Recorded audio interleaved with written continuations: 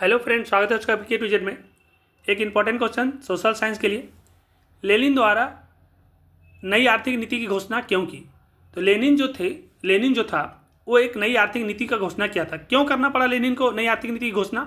सुनिए ध्यान से।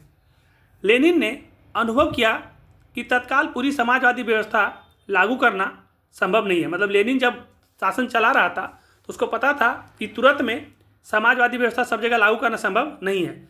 तो इसलिए रूस की अर्थव्यवस्था में सुधार लाने के लिए, और रूस का जो अर्थव्यवस्था खराब हो गया था युद्ध के कारण, उसको सुधार लाने के लिए लेनिन ने नई आर्थिक नीति की घोषणा की। जो ये घोषणा 1921 में की गई है। इसे लागू कर लेनिन को मार्क्सवादी मूल्यों से कुछ हद तक समझौता करना पड़ा। और ये जो नई आर्थिक नीति लाया 1921 में लेनिन के द्वारा, तो इसमें इसको बहुत सारा कुछ सोच के लाया था, लेकिन इसमें से आपको जो मार्क्सवादी कुछ मूल्य थे उससे इसको समझौता करना पड़ा था, क्योंकि सब जगह पे ये समाजवादी व्यवस्था लागू करना संभव इसके लिए था नहीं। तो ये चाहता था कि किसी तरह जो अर्थव्यवस्था में नुकसान हुआ युद्ध के कारण, जो इतना क्षति हुआ, उसका भरपाई के लिए एक नया पॉलिसी लाया जाए, जो 1921 में लाया। तो ऑब्जेक्टिव में क्वेश्चन बन सकता है कि लेनिन के द्वारा नई आर्थिक नीति घोषणा कब की गई? तो 1921 में की गई।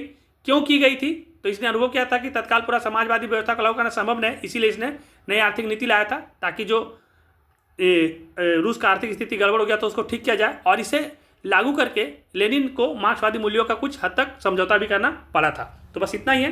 एक बार अच्छा से लिख लीजिए इसको और एक दो बार पढ़िएगा, समझ में आ जाएगा। धन्यवाद।